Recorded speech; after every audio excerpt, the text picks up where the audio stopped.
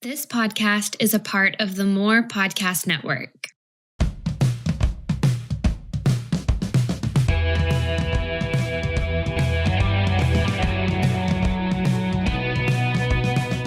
And we are back.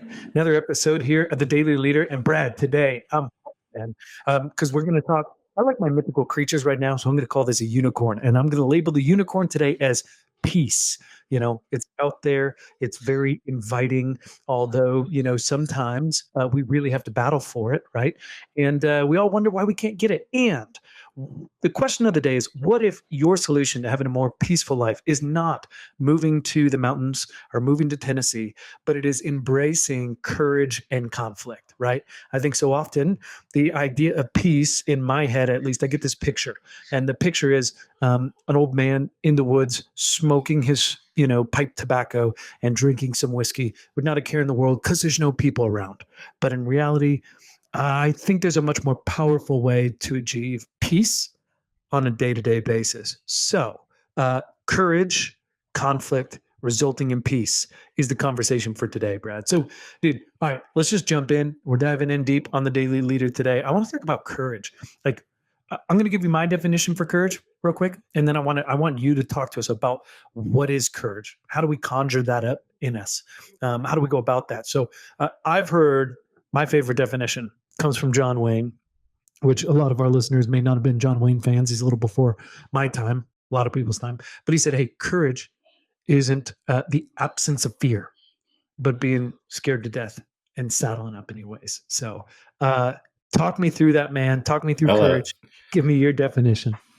Yeah, this is something that I think has come up many times in previous episodes during season 1. Yeah. I think particularly about some of the conversations we had with the guys at Take New Ground, Dan Tacchini, Adrian Kaler, Chad Brown, and what an important concept this is in their framework of leadership development and executive coaching.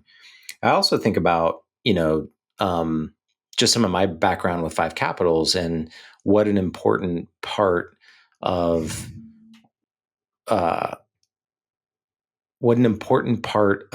developing other leaders having courage is, right? Because so much of what makes a leader is the ability to go somewhere that no one has ever gone before. And we've had this debate many times, right? Leadership is both taking people where you've already been and going somewhere that no one has ever gone, right? So there's a tension there that we're navigating, and I love that. So I think a more clinical, not that there's anything wrong with the cowboy definition, right? That's beautiful. A little bit more of a clinical definition of courage I've got written down here, and I'm just going to read it to you. And it's that courage is the mental and moral strength to persevere and withstand danger, fear, and difficulty. And so when I think about courage, I think I build it by practicing perseverance and doing the things that I'm afraid to do. So, for me, right, as I build this kind of small business as a solopreneur, I'm thinking, man, sales is tough, right? Like, it's really hard to go grow my business, to, meet new people, to have to do all the stuff that goes along with that. But you know what I've found? The more that I get into flexing those muscles and doing the work of business development, sales, and all the stuff that goes along with that, the more I find I actually enjoy it. Right? So just like working out physically, courage functions the same way mentally and emotionally for us. Yeah. So walk me through this. So I feel like I don't have any courage. All right. There are a lot of days, I'm just saying, some of our listeners may relate to this, they may not, but this is where I find myself some days is I feel like I'm lacking courage. Like, okay, so how do I get myself geared up, man? Like, what do you do when you are feeling maybe afraid, or you've got something, the picture I'm painting is like, I'm setting out for a journey, and I feel like I'm going to, I don't know. I feel like I'm going to throw up my breakfast, not ready to go, whatever it is. How do I conjure that up? What is it in you? How do you build that muscle? How do you start that? Well, I think that there's a distinction between courage and confidence, right? Now, sometimes we have the courage to persevere, right? But we're really lacking in this idea of confidence. And so I find that for me, confidence comes as a result of practicing courageous action and also remembering and celebrating courageous action. So for example, I've got to do a speaking engagement with a large corporation in a week or two, right? And it's going to be an intimidating environment for me. I'll be out of my element in many ways. I'm more of a conversational kind of guy. I don't love being kind of a stage and speaking out to a crowd and not getting a lot of interaction and feedback back at me. So what I have to remember is that, well, I've spoken in front of like hundreds of audiences. Like I've done hundreds of speaking engagements, right? Lost count, right? So I know that I can do it, right? I have proof that I can do it because I've done it so many times before. So if I anchor into the wins that I've already got and I remember and rely on the truth of those wins, then all of a sudden I find myself more equipped and more confident to take courageous action yet again. That's great. Right? That's great. Know that my courageous action will produce positive results. Yeah. Yeah, I like that. So use the Rolodex of memories that I have, which A, label those as wins, and then B, use that as fuel to get going. Because truthfully, there is no magic answer. There is no magic answer to it. There's no how do wand. I get more courageous? There's no elixir. There's no dust. Yeah. I mean, besides alcohol or heroin or a number of things those are indeed options. Change your inhibitions, which right. We are not necessarily suggesting this. The picture actually that I got when you were saying that is like, remember when you're a kid and you're thinking about jumping in the pool and you know how much fun you've had all those other times, but you're sitting on the edge and you're like, God, it's cold. Mm-hmm. Like it's cold and I don't want to jump in. Like I maybe even know I might have some fun when I get going, but it's cold and I'm kind of like, not when the pool, you're from Phoenix originally, so your pools are always like 90 degrees, but when the pool is actually cold, it doesn't matter once you get swimming, it's pretty fun. Surfing Right. is that way. Hey, you got to get in the water to be able to go. And the more you do that, the more you get used to it, like professional swimmers, I think those pools are super cold, man, but they just jump right in, but they've built that muscle. So I like that idea of, hey, what's your, like, for our listeners, I'm just thinking really practically, go through your life and your moments when you have been courageous, because you have. And if you sit here and you tell me I've never been courageous, I'd say, well, then you are not being very kind to yourself and you're not being very honest. Right? That's right. Like, yeah. We have all those have moments. Correct. Yes. Totally agree. And then use those. Get yourself stoked. Pre-game for a football game was, hey, listen to some music that gets you excited and ready to go and pumped up. Remember those moments and go. So tell me why courage is kind of so important when it comes to, I guess, let's fast forward a little bit. I'm going to come back to that. I want to talk about conflict. Yeah. Because we said, hey, kind of the key to this whole thing of achieving peace is courage in conflict. So why is conflict so hard, Brad? Why is it so messy? Can we get a definition for conflict? Like, walk me through that real fast. Yeah, it's a great question. And the relationship between courage and conflict is pretty undeniable, right? Especially in leadership roles, the level of conflict and the intensity of that, like not only the amount, like when I say level, I mean the amount, the frequency, right? Yeah.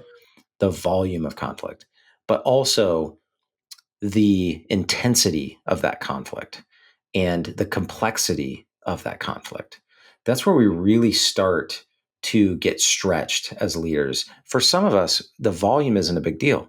For some of us, the intensity is not a big deal. For some of us, the complexity is not a big deal. But when you start to Venn diagram those three things on top of one another, and you start to really drain out someone's discernment and their ability to even keep track of like people and situations and he said, she said, financial dynamics, timelines and calendars, conflicting stories, dishonesty, right? Theft, whatever's happening in any given situation. And all of the things I listed are normal everyday issues for people who lead in companies and organizations. What ends up happening is if I don't have a framework for understanding conflict, I just get pulled apart. I can't cognitively manage all of those dynamics Yep. and do it effectively and fairly across, a set of relationships, if I don't have just a really great handle on how to frame conflict out. So there's a few questions that I know you and I like to answer when we're going into a conflict. And I think that our listeners would find those valuable. But one of the first ones that I think is most important deals with understanding conflict styles, right? Yeah. So not only what is conflict, what are my conflict styles? Are there strengths or weaknesses that I know I have going into conflict? Sure. And are there skills that I know that I need to improve on? Because if I can be aware of those things, essentially like my strengths and weaknesses in conflict, then I can go into a conflict really well equipped to be effective with someone. Yeah. Knowing like, hey, I'm not going to thrive here. I'm going to need help here. Like I might need a third party. This person is really wired this way. And so I want to give leaders like a really good sense of like, what's my natural predisposition for how I approach conflict. Yeah. But I mean, I don't know so definition, let's tease out a definition together. Take a shot at that. Like, what do you think from a definition standpoint, you'd say of conflict? Mm-hmm. Cool, man. Conflict. Man, if I was to define it, what's the best way to define conflict? It's kind of one of those. I don't have a clinical definition up. Conflict is a situation in which multiple people, entities don't see things from the same lens. That's right. Yep. Which is fascinating, processing what you just said through that, because realistically, that's, if we kind of break it down, that's all it is. We just either experience something or perceive something differently than somebody else, or than a different organization, or than a different team, or whatever it is. And when you break it down there, that's kind of simple and straightforward. But when you lay on all the complexities that you talked about of, emotions and backgrounds and the weight of it and for how long and all these kind of things, it does get super, super complicated. So do you have a more well-wired definition than the one that I gave? Well, what I would say is that it is just as simple as opposing viewpoints trying to coexist. Yeah. Right.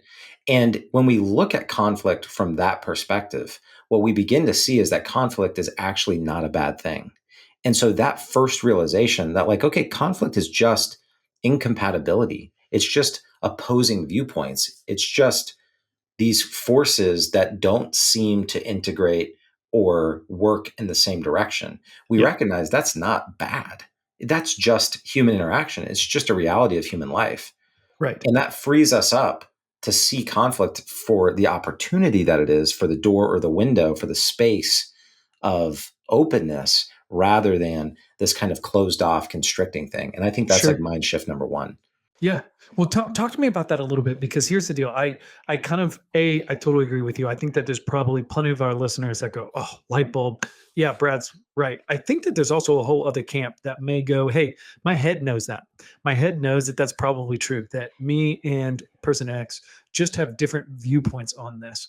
But my heart, my fear, my all those things get go through the roof, right? My emotions, like, I don't know that many people that are like, gosh, you know what I want to do today? I want to have some conflict. I want to have some opposing views with somebody else and really embrace in good discussion. Now, if that's all it is, two people trying to coexist, right, with different viewpoints, that should be okay. So talk to me about why I think there's so much fear and avoidance when it comes to conflict just in itself. And then we'll get into some frameworks. But well, for sure, because the perception of it is that it's a bad thing from the offset, right? Which we want to dispel as fast as possible, right? Conflict's not bad.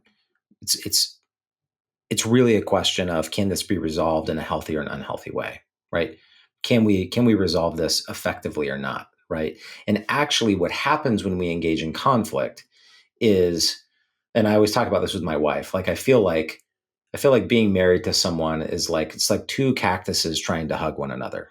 Sure. Right? Like that is the process of coming together as a family and being married, business partners. It's two cactuses like trying to link arms and get something done together. And it's like awesome and painful, right?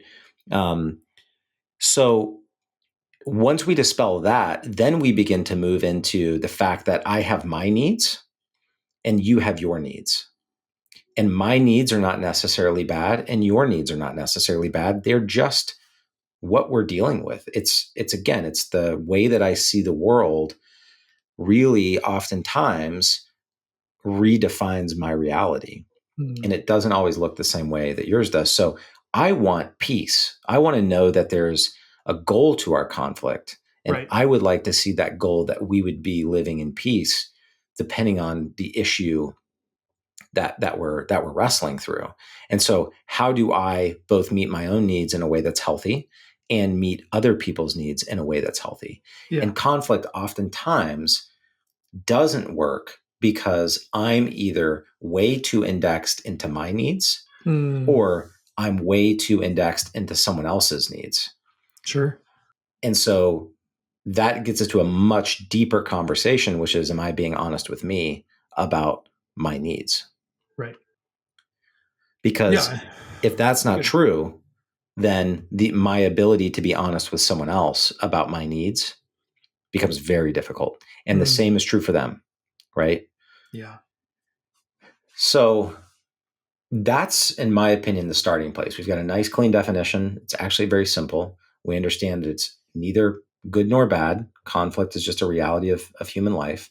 That the outcome of conflict is actually a really great thing called peace. And that the way we get to peace is by more and more recognizing my needs as they truly are and the other person's needs as they truly are. Right. It's not bad. It's just that it's different. Yeah. Well, and I think it's interesting that you say that. Hey, can I perceive what can I understand what my needs are? Can I put myself in a place where I can hear what somebody else's needs are without mine feeling attacked? That's I right. think, human nature is to preserve, right? It is like, if we go all the way back, our caveman brain says, hey, everything in me just needs to stay alive. And oftentimes in conflict, right, I feel like whatever Brad shares is actually going to hinder or harm what I want and what I need, or what my basic needs are. Well, if that's true, if I'm feeling that way, that's going to bring up my barriers to, not be very engaging. I'm going to be resistant. And I think oftentimes that's what we see. I heard, and this is an interesting thing that I'd like us to talk about just for a second, because this is hard for business. And I want to see if you think it's true. I listened to a sermon years and years ago about conflict, and it was actually about marriage. And it was Andy Stanley, and he said this quote, I'll never forget it. We will oftentimes, we will basically always choose being right over being in right relationship. That is our human nature, right? So in conflict, totally. And I think if we can sacrifice being right for understanding the other person, and we can come back to what we believe is to be the true answer, then we can actually get to where we want to go. But oftentimes, if we are just focused on being right out of the gate, then we may not actually get to where we want to go. So talk to me about that. Can that be true? Like in business, even you focusing on relationship over being right? Like, how does that sit with you? Because let's go back to Shane Kuiper, the acute stress response, the window of tolerance, right? When I feel like someone is threatening my understanding of what is true and false, I get placed into an opportunity to either be in fight, flight, right? Fawn, freeze, right? We talked about those before. Yeah. And then depending on my personality, depending on how I handle that acute stress, I'm either going to really gear up or I'm going to really gear down. Or because of EQ and training, frankly, remember the breathing exercise he took us through, right? About box breathing, right? Training. Yeah. Like I'm going to manage that emotion and I'm going to be able to think shout out to Dan Tacchini, like, even though the brain is saying that the earth suit is dying, I can remind myself that, this person in front of me is someone that I love and that I cherish, or maybe someone that I respect and need to work together with, and that they're not a tiger trying to eat me. Yeah. Right. So first and foremost, like, just remember there's a biological response to stress. And when someone's threatening my understanding of reality, like, my brain is just going to do some things. Sure. And I have to learn and train myself into a thought process that recognizes this isn't wrong or bad. Right. In fact, if I recognize that the risk I take in engaging in conflict is not just the downside risk, but that there's also an upside risk, there's an opportunity, there's a doorway here to enter into a new possibility and a new reality, then all of a sudden, like, I'm not fearful. I'm actually interested and curious about what's on the other side of this dialogue and how my life might be better and their life might be enhanced as well if we engage in the conversation. Yeah. So, and so much of the work that I do with clients, and I know you do as well, is trying to help them rethink a conflict as a win-win situation, as a more compromising and even collaborating opportunity, rather than just this, like, avoid or compete. And then we can talk about some of these structures, before we kind of hang it up here. But when I'm thinking about why we react the way we do, and why we get stuck in conflict, I'm thinking it's because we're not recognizing, okay, I'm in the acute stress response and I have to think my way into a better approach. Sure. Yeah. I mean, that's great, man. I heard two different spots where we need courage, actually, potentially in two different ways, depending on the situation. A is sometimes we just have to have courage to have the conversation in the first place, right? 100%. Can be the fight or flight, like, hey, I want to run away from this. So that's spot A, where courage to press into conflict, like the way two is through, comes through. And number two is sometimes we need the courage to be emotionally aware that is kicking in, that our fight or flight, that our senses have gone whack, and or that my pride has gone whack. Because sometimes for me, it's just, screw you. I don't want to lose this fight. I don't want to lose it. Yeah. So, those are two big places, like, that are different spots where we need courage to, really step into conflict. So I love that. And I love the reframe, man. Like, conflict is perceived as negative. It's just like, when you say conflict, it comes off in the English language. It's like, ew, has a negative connotation. Yeah. But it is an opportunity for something. And I do think this is a good moment to remind the listener that, like, we're not completely naive. We know that there are certain situations where extraordinary, difficult and selfish experiences, traumas happen, right? Cool. And there are moments where, when we get into the framework, we'll talk about this, like, where we do intentionally avoid conflict because we're not engaging in a conflict that has a high likelihood of resolution, or that we have enough time to resolve, or with a person who's actually interested in resolving it. Right. Like, there's a reason why, like, the biological response is acute stress response. It's because survival is preeminent, right? And there are moments where, yes, you absolutely should take a stand on something and die on a hill. And there are moments where you, yes, absolutely should completely avoid a conflict because you're with a very unhealthy counterpart and there is no likelihood for resolution. Correct. Yeah. So we want there to be, a level of adaptability and agility to respond to a variety of different types of conflicts and styles, knowing that there are just bad, dangerous people in the world. And we have to be able to have good judgment and discernment that, this conflict is not going to be resolved. How do I exit this? Like, where's stage right? Get me out of here. Like, this relationship is over, or this situation needs to end. Right. Yeah. And if you have the courage to actually look at yourself and the situation as it truly is, I think you'll start to be able to see that, right? Like if you can start to notice a lot of the things that we're talking about, like, hey, I do get, angry. If you can start to recognize it in yourself, if I can see my weaknesses, and my challenges, then I think it makes us more aware to perceive if somebody else is handling this in a healthy way or not, right? And then we can use that discernment, that judgment, to start to go, okay, yeah, this may just be like, we're not telling you to stay in a relationship that's bad, or hey, you'll have peace if somebody's being abusive or your business partner is, but you just talk it out. Like sometimes you just do have to walk away. That is the best thing. Totally. But Brad, yeah, let's wrap this up into, give me a framework to kind of process, think through.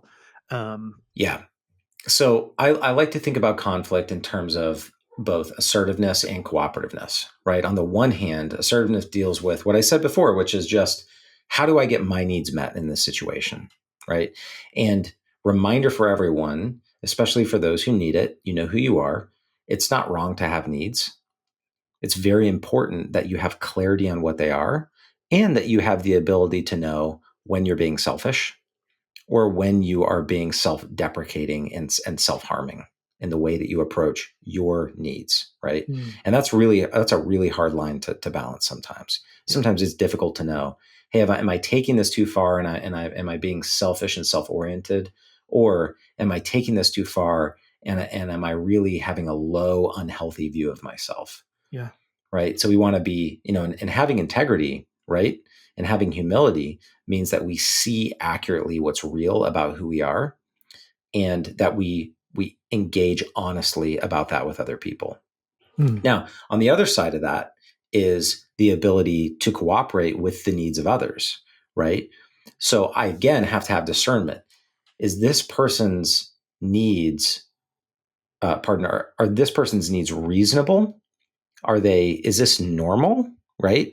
Or is this something that I would say is like, this is radically selfish, and I actually can't function as me in a healthy and sustainable way if I continue to cooperate with this person's needs in this situation.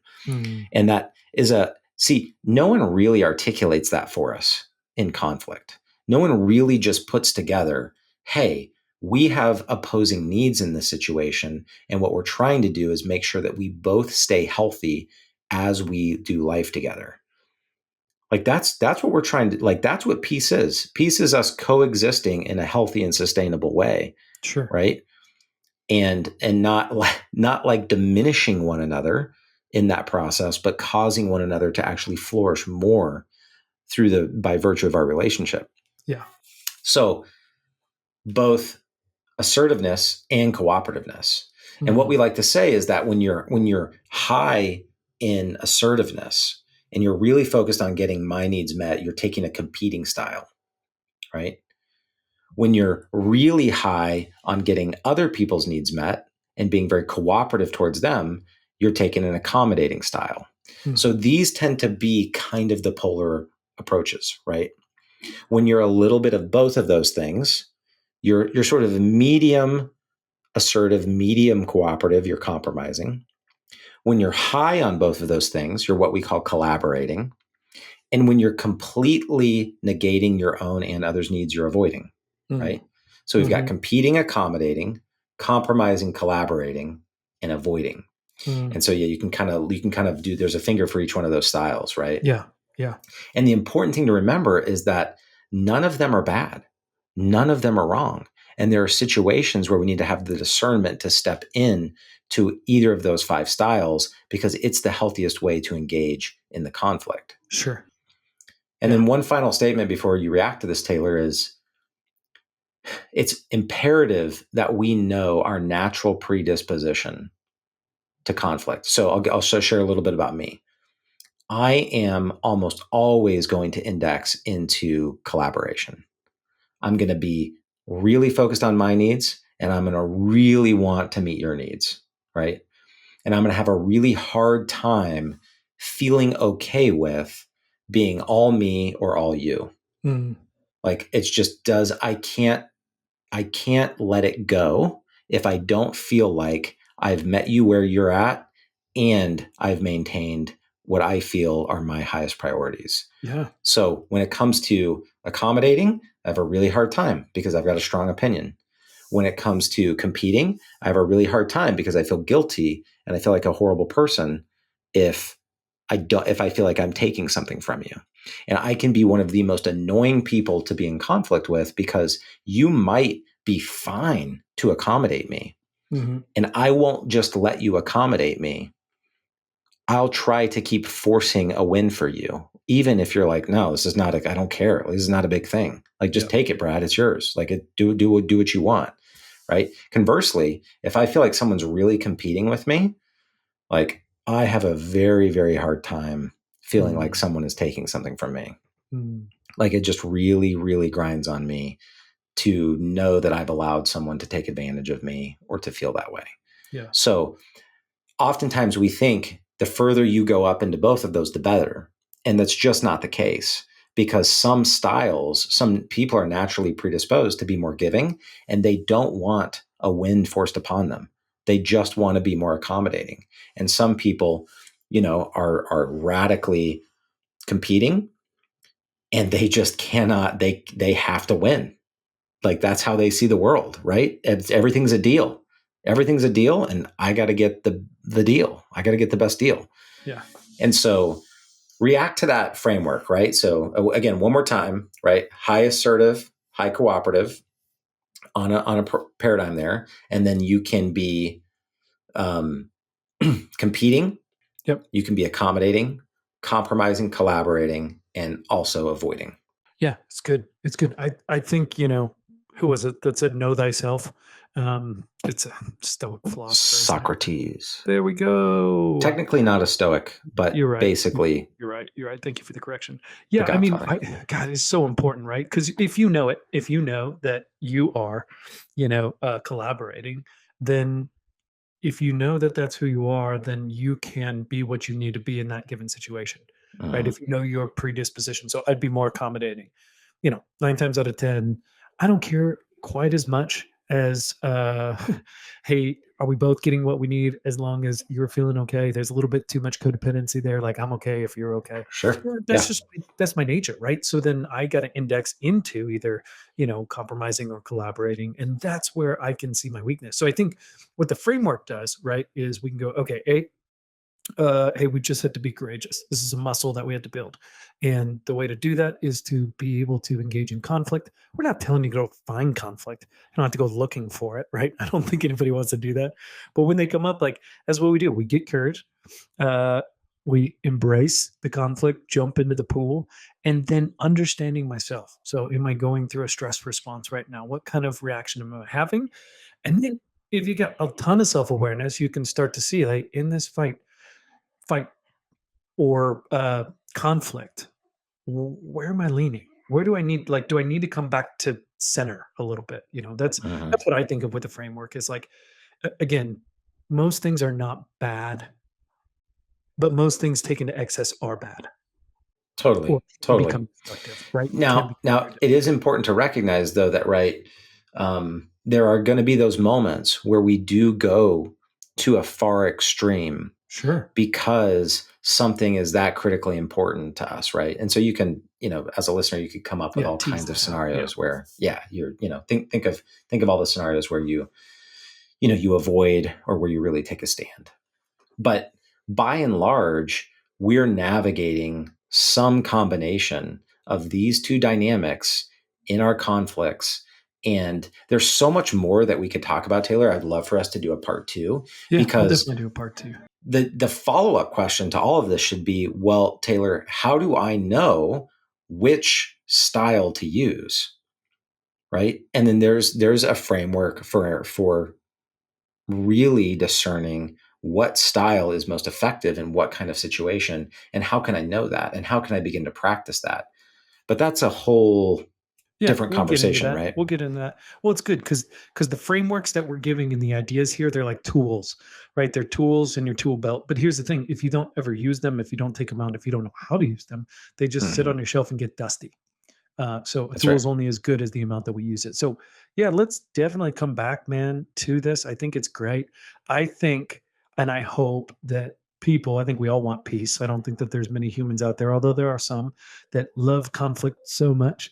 But most of us want peace. And I think we've given at least some pretty good ideas on like, I wonder if I lack peace, not because I don't have the cabin in the woods or because, X, Y, and Z, but maybe embracing conflict, embracing some of what I don't want to do and having some courage to do it is the solution to me feeling more at peace with my heart and soul and team and all those good things. So I love it, man. I think you did a great job. I appreciate all the tools that you gave us today. Super well done. Any closing thought as we wrap up the daily leader here? Just the idea that if you're interested in learning more about this, it's the Thomas-Killman instrument. And if you go to Google TKI, we'll put some links in the show notes. You can explore all these ideas for yourself. You can go get the training that I've received. I've used this with hundreds of clients now, presentations and large groups of people, work people through assessments. And what I would tell you is just that of all of the conversations that I've had about how to see and interpret conflict, this one to me has felt like the tool that is the most versatile, the most adaptable, and the most true to experience. Like, I can apply this 5-style framework in any conflict that I've ever experienced. And I even used it last weekend in a weird situation that I was in where I chose to completely avoid a conflict because my assessment of the situation was that engaging any other way would have been kind of dangerous and unhealthy. So I completely avoided having a conflict with someone. And I look back on that and I'm like, man, that was a good call. Like there was a lot of downside risk to trying to compromise or compete in that situation. And that's what I want for our leaders. I want them to feel really empowered to take a framework into marriage, children, parenting, in-laws, all their personal relationships, as well as, their work relationships where the demands on their conflict is both high volume, very intense, and super complex, right?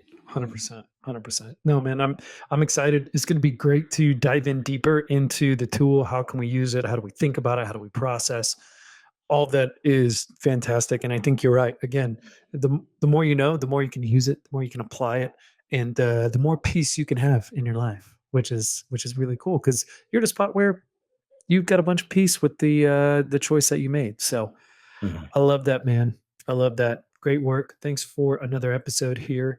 And we hope all of our listeners have a fantastic day, evening, afternoon, night, and subscribe, do all those great things.